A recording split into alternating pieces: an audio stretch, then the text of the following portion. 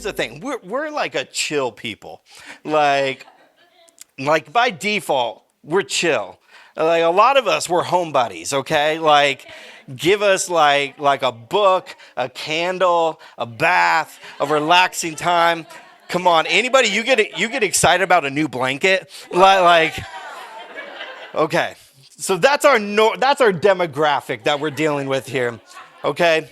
And I realize that. I'm not far away from you guys, okay? Like I love, here's the thing, one of my favorite Christmas gifts, and I haven't asked for it the last couple of years, so Christmas has felt empty, is a new pair of socks. Come on, somebody. Like a good pair. Not the Walmart pair that come in like 40 packs. Yes, like the cushion, the cotton. When you put them on, like it's like the one present I immediately rip open and put on. Like that is, anybody with me here, okay? A new pair of socks is so comforting. And they indicate, come on somebody. Anybody, have you ever had the gold toe socks? Anybody? I think those were from heaven. God gave another divine word, and he said, whoever created those, I got something for my people. They'll walk and not grow weary. Just fulfillment of prophecy. I believe that's what it is. So I'm with you. I love comfort. But I believe the Bible calls us to go out of our comfort zone. I believe it tells us to kind of extend out of your natural default. Our natural default is like self-preservation. It is like what feels good, what keeps me here, what keeps the roof over my head, what is it, what keeps food in my belly, whatever it is, I want more of that. And I don't believe that's wrong. I believe God put that in us because that will be a sign that he is taking care of you. So you are taken care of. For the Israelites, whenever they leave Egypt and they're worried about the same thing, they're in the middle of the desert, how does God comfort them? Food. Every morning, provided for them without having to work. God is trying to put you there. Yet, they're in a desert. They are in a dangerous place, wandering around, wondering what enemy is going to come after them. Come on, some of us, we're in that season, right? Maybe God's bringing some comforts in your life. Maybe you got a new friend group, a new community like Dwell. Come on. What a beautiful thing that God is providing food every day. Jesus calls us, ask for daily bread.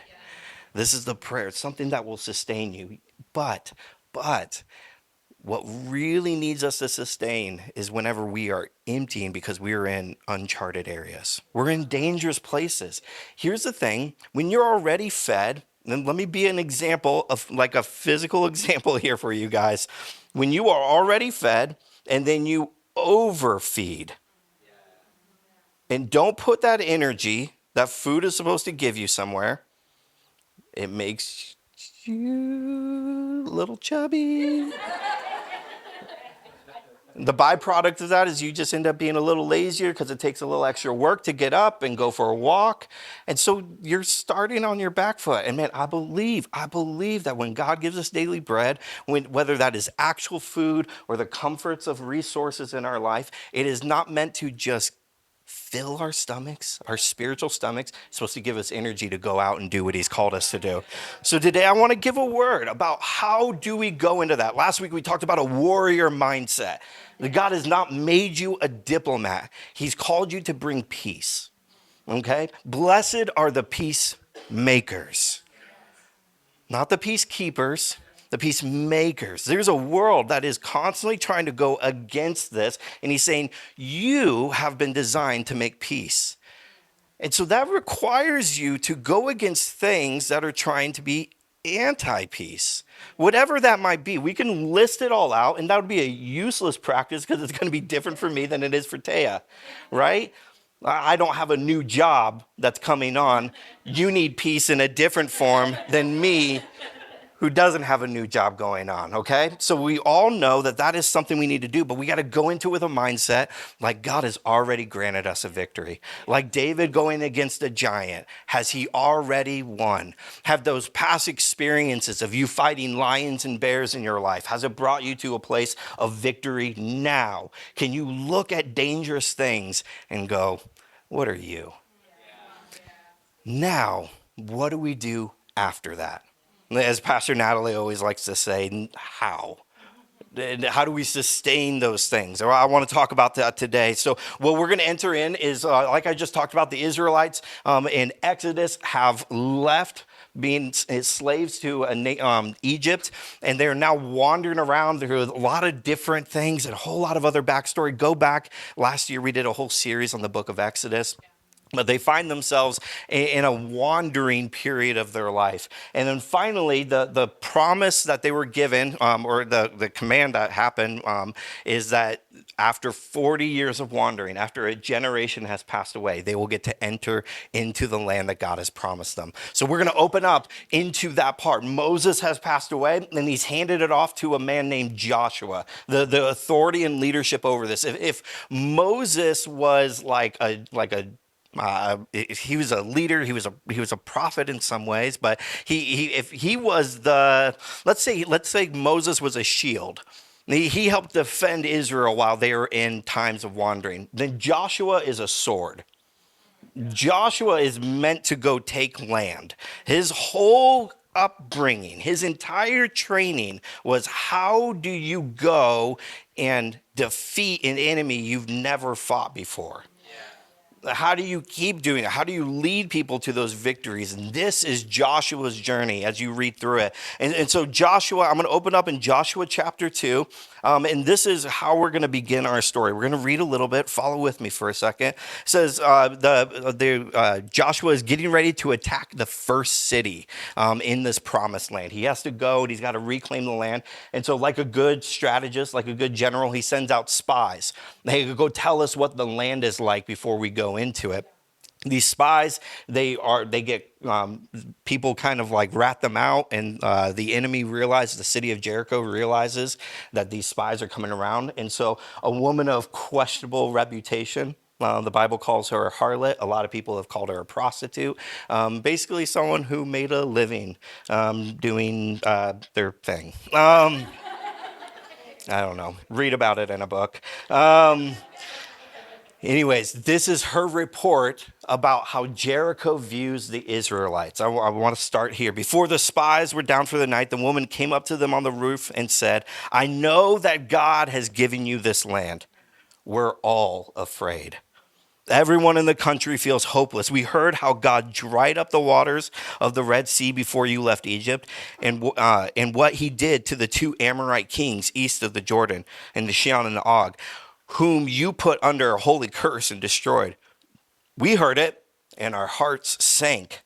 We all had the wind knocked out of us. Anybody, you've had the wind knocked out of you? And you had that like that's that the whole city's feeling that I can't catch a breath. This is the power of God, and all because you and God, your God, God of the heavens above and God of the earth below. And down in verse 23, it says, the men headed back, then came down out of the hills, crossed the river, and returned to Joshua, returned to their general, and reported all their experiences. And they told Joshua, yes, God has given the whole country to us. Everybody there is in a state of panic because of us. This is the warrior mindset that I'm talking about. When you're winning, it spreads. People start realizing, again, we talked about the spiritual enemy that realizes, oh no, they're starting to believe the truth. You've been told lies almost your entire life. And the moment the truth has set you free, the enemy gets worried. It starts shaking. The thing that used to shook you, they start looking the same way. Their breath gets knocked out. What used to knock you out knocks them out.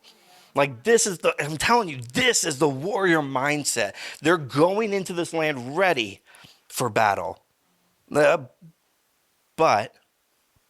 come on, some of us here, me included, we've had these victories.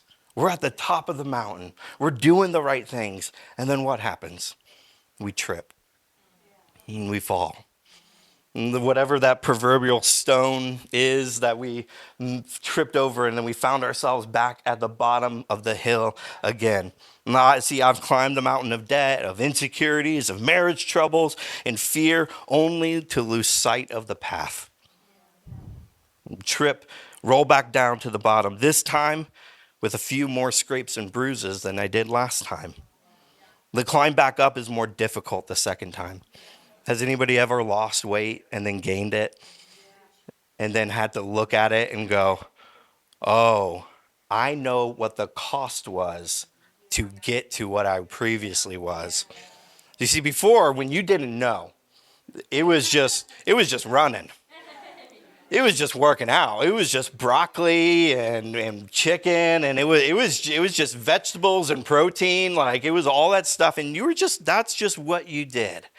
But now, the second time, you remember how many pieces of chicken you had to eat, right? You remember Brussels sprouts and how they're not as good as Sour Patch Kids.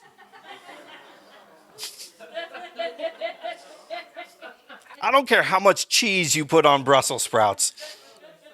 They're not as good as nachos. Okay? Put cheese on the right things. That's what I say.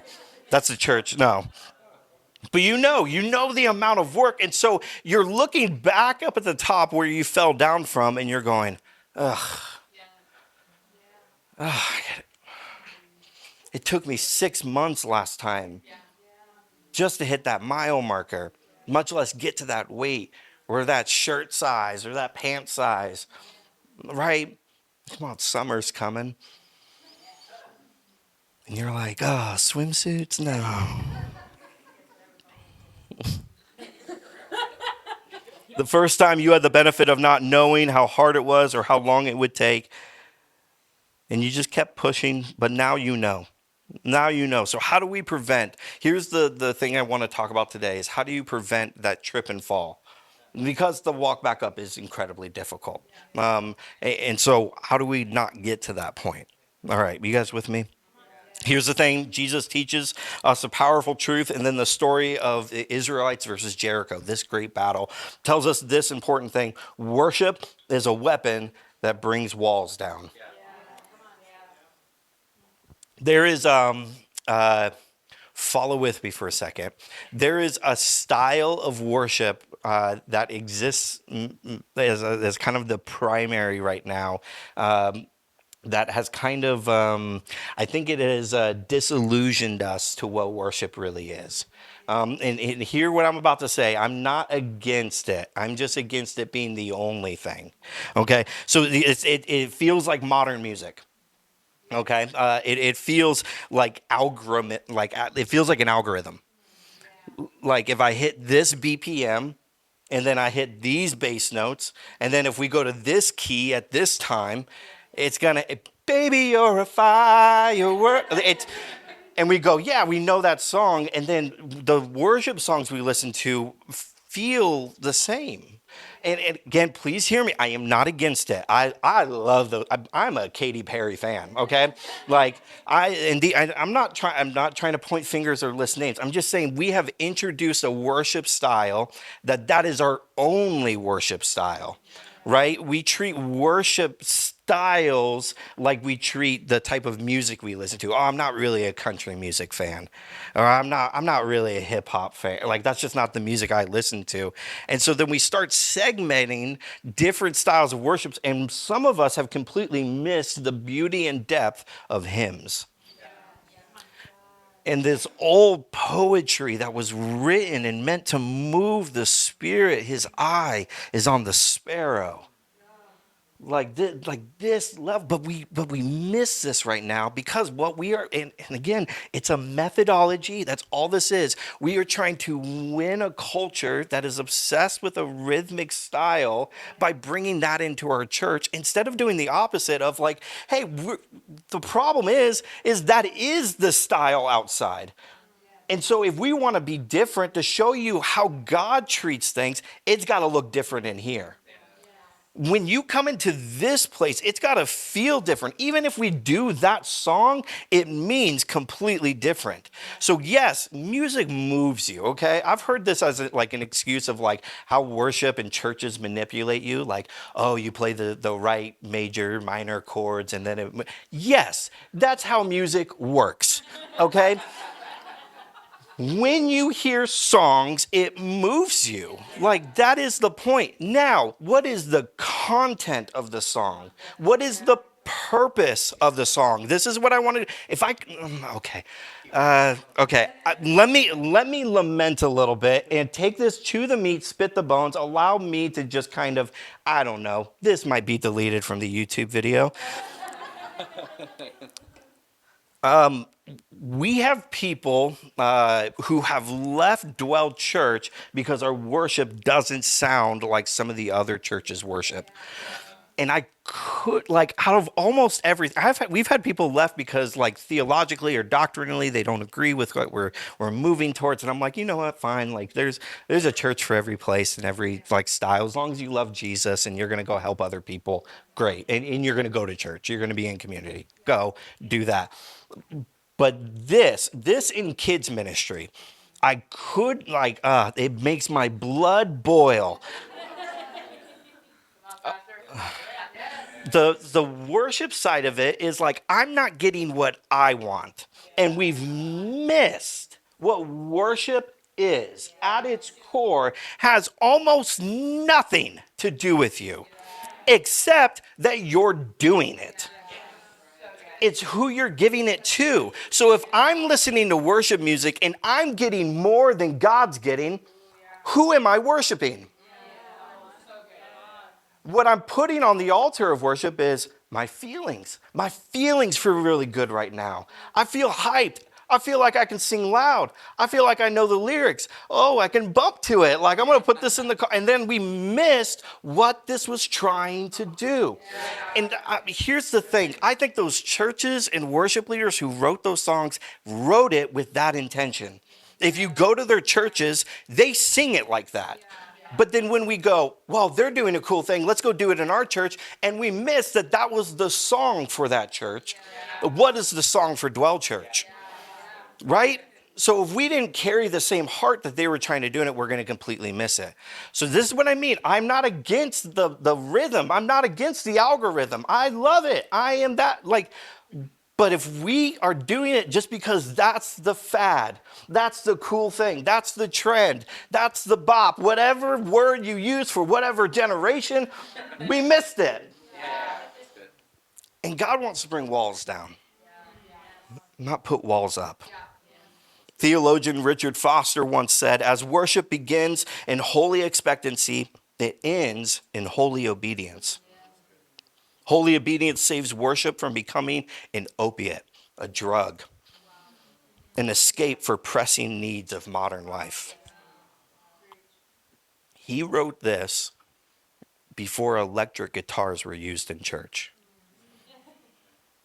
How much more would we apply this now? So I got people in my world that we're pastoring, we're loving, and they go, man, I really struggle with prayer. So I just put on worship music and I go, I think you might be missing it. I think you might be missing what that worship music was trying to do. It was trying to lead you to prayer because those words meant something more than just rhythm. It meant something more than just emotion. It's supposed to lead us to a place of obedience. And so when I'm talking about worship today, I'm kind of going against the it looks good and feels good or sounds good. Maybe some of us, we don't sound as good, but that's okay. In Joshua chapter 6, God commands Israel to worship in the battles of life. He says it this way. In Joshua 6, 1 through 5, I'm going to read out of an interpretation called The Message. It says, Jericho was shut up tight as a drum because of the people of Israel. Again, they're worried. They're scared. So they go, oh, they're here. Get ready. Archers to your stations. Like that is where they're at right here. No one is going in. No one is coming out. God spoke to Joshua. Look sharp now. I've already given Jericho to you. along with its king and its elite forces. Here's what you are to do. You ready for this battle strategy? This ultimate from heaven. You got to go to the rear flank. This is where the weak point is. I'm going to open up an angel from heaven to draw it down. No, this is what he says. March around the city, all your soldiers. Circle the city once, repeat for 6 days, have 7 priests carry 7 rams, horn trumpets in the front of the chest. This is the Ark of the Covenant. On the 7th day, march around the city 7 times, the priests blowing away on their trumpets, and then a long blast of a ram's horn. And when you hear that, all the people are to shout at the top of their lungs. The city wall will collapse at once. All the peoples are to enter, every man straight on in. This is the worst battle strategy. Archers at their stations. Hey, get close to the wall and walk. Just take some time and just see what happens. What? You want us to worship? But no, you called us to fight. No. What? Maybe we just wait them out. What if we just hold off all their trade routes so they don't get food and water in, and then we just hung, they starve, and then they just, because we're the mighty power, How about that, God? Nope. You see, let me give you a little context because I'm this guy, and I think it's important. Jericho is a city in the middle of a large expanse of land. Archaeologists inform us that the city was in the shape of an oval, surrounded by a 20-foot wall due to its vulnerability of just being in a land. So think of it as an army base. It's like there's armies and their families would station in Jericho, and then when a fight, they would send the armies from Jericho to go fight these different battles. So it's basically an army base. It's not huge. It's big, but it's not a city, but it is significant. A lot of people do live there. Okay, so it has this 20-foot wall that's around the entire thing. The wall would have housed soldiers with spears and bows to defend against invaders. And anyway, so anytime you would try to find like a weak spot in it, they have already covered their bases. They've been doing this for a long time here. And the city planners of Jericho excavated then 15-foot deep trench around the 20-foot wall. Okay, so now we're not just dealing with a really tall wall. It's 35 feet, and then it's a trench, like think a moat without the water, that then you would have to go down, and then during battle, they would pour like oil and things like this and burn people. Like this is what God's asking them to walk around. Okay, so then increases the height to 35 feet. To complicate matters, let's say you broke down the wall and you get into the city. The interior is built on a 45-degree hill. Has anybody ever tried to walk up a 45-degree hill? How about with armor and swords? And you're on the bottom. You don't have the high ground. So once you get in, if you want to go straight up, you have to go up 45 degrees. So here's how they avoided this for their citizens. You wrap around. So the city, in order to not have to walk up 45 degrees, you would have to walk at a slight degree and spin all the way to the top. Okay? Along the way of those paths, they would then have guards and stations in which there were walls to block people off from continuing onto the journey. So even when you get inside, if you don't want to like haul up 45 degrees, you got to walk around an even more difficult enemy path. Then it gets worse. There's another wall inside Jericho that defends the royal area and the army bases and all of this stuff. So you have to tear down another 20-foot wall once you get inside. This is Jericho. And here's the thing. I want you to remember the beginning. They have all of that and they're afraid. This is what God is doing. And so what God has called them to do is not just invade. I need you to worship. Learning all of this, I can't help but to think this thing. If the path seems impossible, you need a strategy that is unstoppable. You see, the strategy couldn't just be face it head on. It had to be something that was unstoppable. If it's impossible, you need on the unstoppable. And this is what God is calling us. So what's God's plan to win? What's his heavenly military strategy? Is it rain to flood them out? Is it fire from heaven? Is it plagues like he did on Egypt? Nope. It's worship. If you guys were in boxing or MMA or a WWE wrestler, what would be your walkout song? Anybody have one? Do you know, like, what's a song that hypes you up? When you go to the gym and you need to, like, it's too early in the morning, does anybody have a song? Yeah, what is it? Mm-hmm.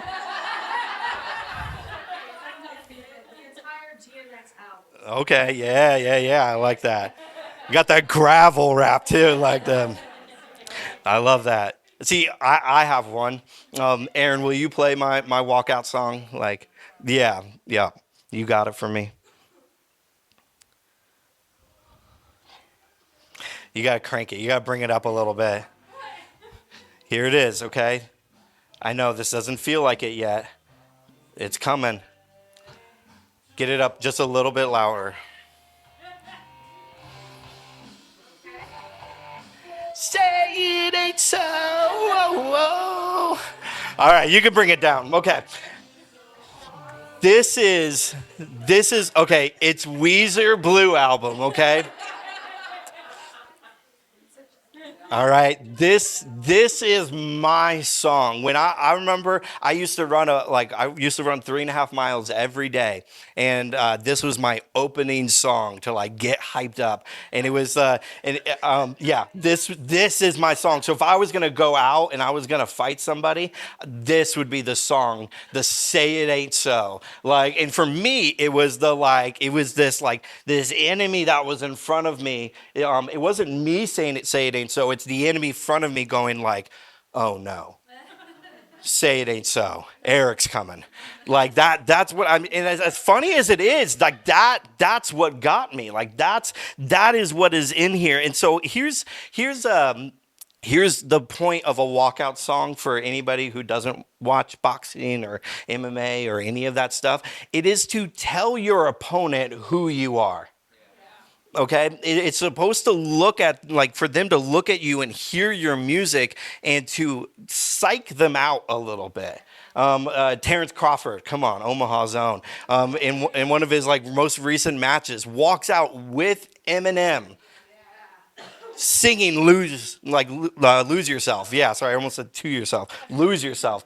Dude, I got hyped. Like I was just like it is like and it says something like that. Terrence Crawford is ready to fight. Like he's on a mission. He is a different animal in this ring. Like he is a different thing. I love this walkout music, and I think some of us, if you don't have one, you gotta figure out your walkout song. You gotta figure out that song that gets you going, like, because there are things in life that you need to have that energy, like, it's got to mess with me now. Say it ain't so. Danny's coming. Like that's what I'm talking about. Like, I know it's silly, but man, I want to build some of this confidence in you. I want you to see what God is trying to do. Here's the thing. When God calls the Israelites to worship and walk around the city of Jericho, what he is making the Israelites become is his walkout song. Check this, okay? He's like, it's not Israel going to war, it's God going to war.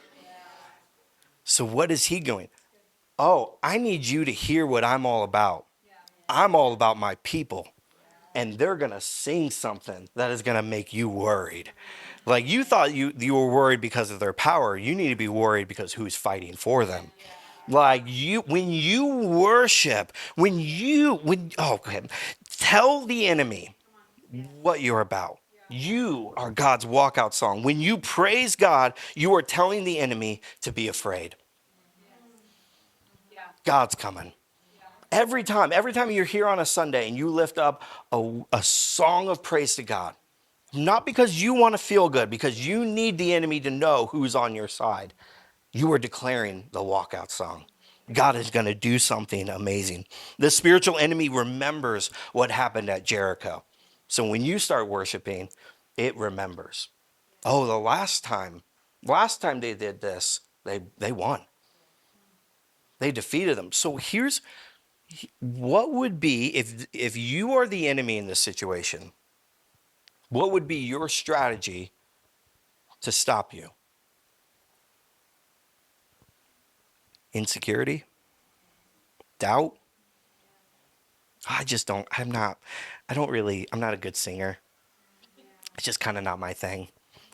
I don't really lift my voice up that way. Well, that's definitely for other people. Oh, I don't really like this song.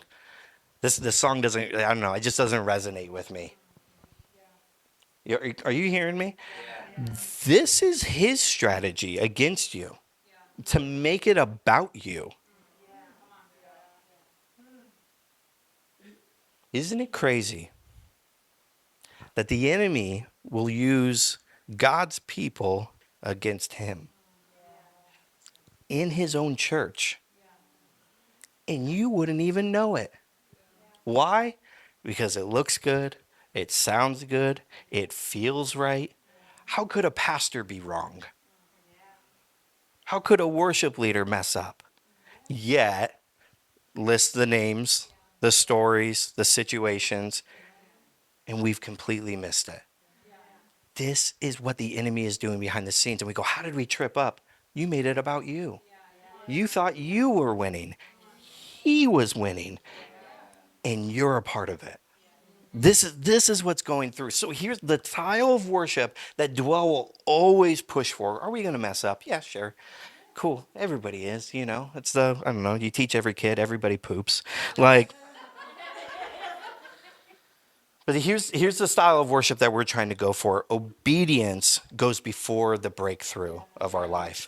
There are breakthroughs that we are trying to get. There are walls that we are trying to get down. But if we're just banging our head up against a wall, hoping that it breaks, you're going to get knocked out before you even got to lift up a word of like a voice of anything.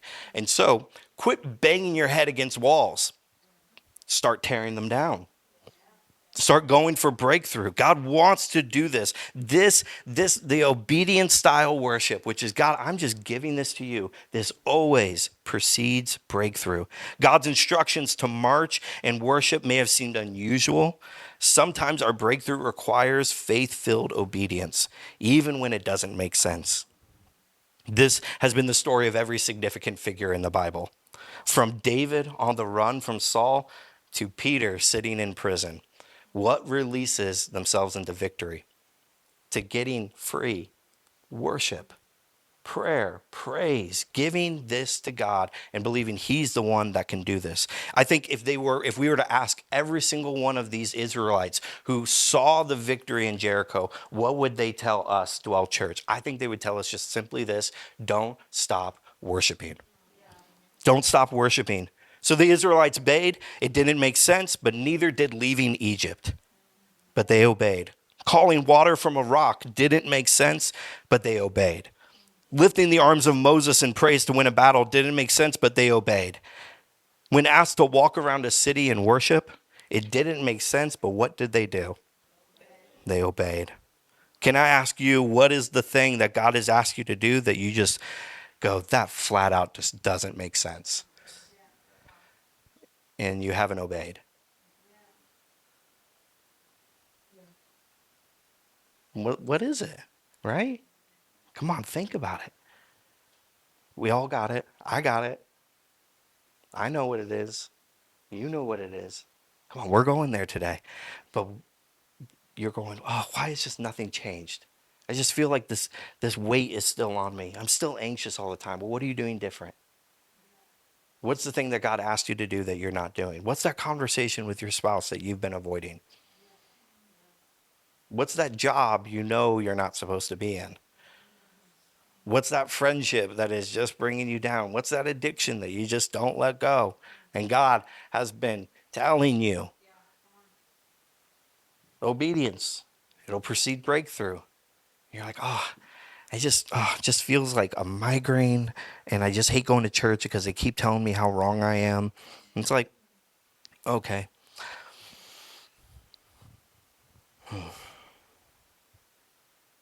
How about this? Have you felt the pull to sing out loud on a Sunday morning, to lift your hands as an act of surrender and worship, to let the Spirit move you to emotion, but you didn't do it? Have things gotten better?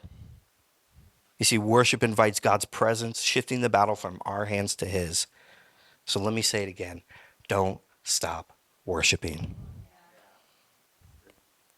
Imagine this with me. For 6 days, you walk about 1.5 miles. This is about the rough circumference of Jericho, which, if you want a picture of that, that's about the downtown Omaha area, if you just walked around it in a circle. And you did that for 6 days. It would take about each person an hour to complete this. And on the final day, you walk that distance 7 times and then are told to go directly into battle afterwards. In those 7 days, you have walked in sandals and armor, some carrying worship instruments and weapons, for a total of 20 miles.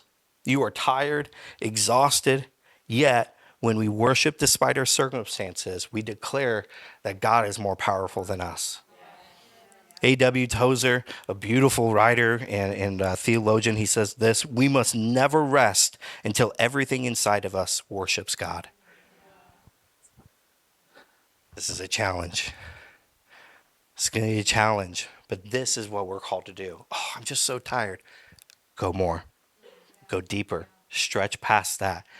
Anybody who's ever played a sport, lifted up a weight, you know that on the other side of just pushing that extra rep, that extra mile, that extra thing is always a sense of victory, not defeat.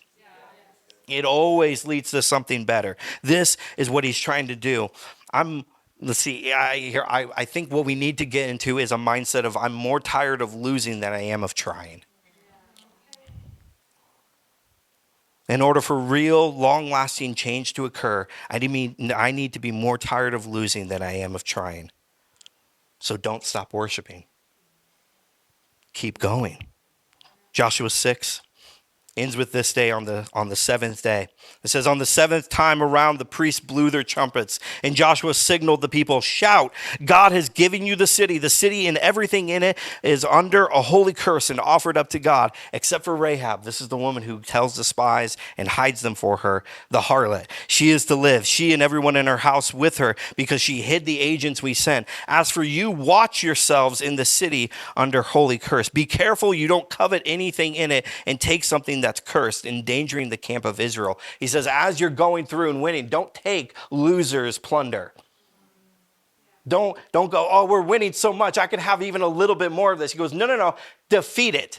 Get it all out. Don't take anything. Don't bring anything home. Don't look behind you. Just move forward and win the battles. This is what God's calling you to do. All the silver and gold, all vessels of bronze and iron are holy to God. Put them in God's treasury. The priests blew the trumpets. When the people heard the blast of the trumpets, they gave a thunderclap shout. The wall fell at once. The people rushed straight into the city and took it. They put everything in the city under the holy curse, killing man and woman and young and old and ox and sheep and donkey. And you go, oh, this is really violent. This is brutal. And yes, this is what we are facing. There are things that have fostered and grown and lived inside of us like a fungus, eating us alive. And God is saying, don't take pieces out, get it out.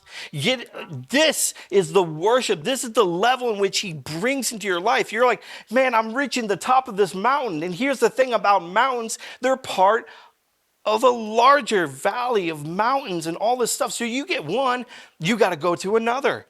This is what God's calling you to. So if you don't want to trip down, you got to keep worshiping. You got to keep moving. You got to be empowered, believing that God is doing something different. Worship team, will you guys come up here? Help me close this out.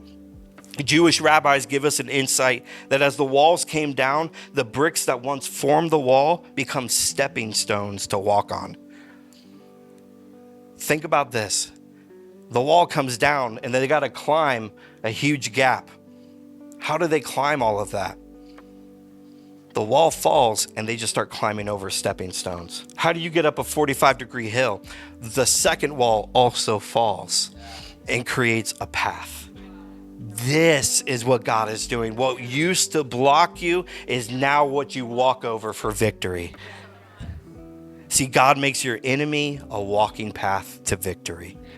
This is the money back guarantee of the kingdom of God. If you worship the right way, if you humble yourself and obey, God will make your enemy a walking path to victory. Israel wins, the walls come down, they overtake the city and win their first major battle, entering the promised land. But the story doesn't end right here at victory. There's a whole book. This is just chapter 6. Do you know what happens right after this? They go into another battle and they lose. Let me read this for you. Joshua sent men from Jericho to Ai. This is the new city, which is near Beth-Evan, just east of Bethel. He instructed them, go up and spy out the land. The men went up and spied out. They returned just like before, just the same pattern. It's the same strategy. They returned to Joshua and reported, don't bother sending a lot of people. 2,000 or 3,000 men are enough. Don't wear out the whole army. There aren't that many people there. So 3,000 men went up and then fled in defeat before the men of Ai. The men of Ai killed 36, chased them from the city gate as far as the quarries, killing them at the descent. The heart of the people sank, all spirit knocked out of them. What did they do wrong? Hey, Joshua, the city's not as big. Do you remember what we did to those last guys? Yeah. Come on. That was even bigger, and we sent the whole army after that. This is small stuff. Just go in, get out. Come on, drive through battle. Like we're just gonna go win this real quick. What did they miss? Worship. Were they fighting the battle, or was God fighting the battle? A smaller army defeats them because they lost who was actually fighting. They didn't give him the glory. Yeah, we needed it last time. We needed worship last time, but we got it this time. Come on, somebody. You got out of that abusive relationship. And you got on the apps again. You started talking to a few people. Or maybe you recovered something. Maybe you lost finances or a piece of your marriage, right? And then you start kind of going like, yeah, we're in a good place. But then like church becomes less of a priority. You stop showing up. Maybe what got you out of the financial issue was you actually started to tithe and give a part of what was God blessing you. And it used to just be $1, but now you have a little bit more money because there's a little bit more money in the bank account. And it's a little harder to see more money go away. And then what happens? Come on. That debt comes right back, doesn't it? We stopped worshiping. We stopped being obedient to what God was doing. Don't stop worshiping. Israel quickly got its heart checked, and this is how it works for people. Good people, God-fearing Christians fall on their faces 10 times out of 10. I can pinpoint the fall of grace and victory to this one thing. They stopped worshiping. They stopped giving God credit. Do you know where David went after he defeated Goliath? Right back to the hill where he was before. What did he do on that hill? He worshiped. Would you guys stand with me? We're going to end right here. In Israel's next battle, they learned the lesson. God gave God his glory and never lost a battle again until God gave them the whole promised land. God has promised a land in store for your life. Some of you are starting to step into it. Others still afraid of a few tall walls or giants. Today, I want to give you one last opportunity to worship the one who gives you victory. Worship.